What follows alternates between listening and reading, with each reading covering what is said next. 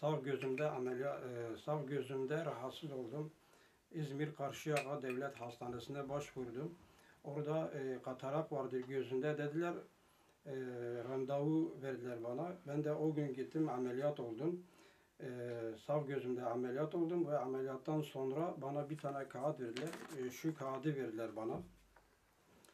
Ben de eve gelirken okudum. Baktım ki 3 hafta sonra 3 hafta namaz kılmayacaksınız yazıyor. Neden 3 hafta namaz kılmayacağım?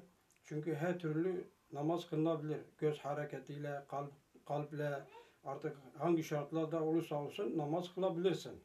Mesleğim, ben manavcıyım. Doktor beye söyledim. Dedim ki kaç hafta sonra çalışabilirim? Bana dedi ki bir hafta sonra çalışabilirsin. Ve manav işi ağır olduğuna göre bir hafta çalışabilirim. Ama namaza geldi mi 3 hafta namaz kılmayacaksın yazıyor. Başka türlü yazabilirdi. Eğer kasıtlı olmasa başka türlü yazılabilirdi. Eğer kasıtlıysa Sağlık Bakanı buna el atmasını isterim. Başhemşire verdi bana.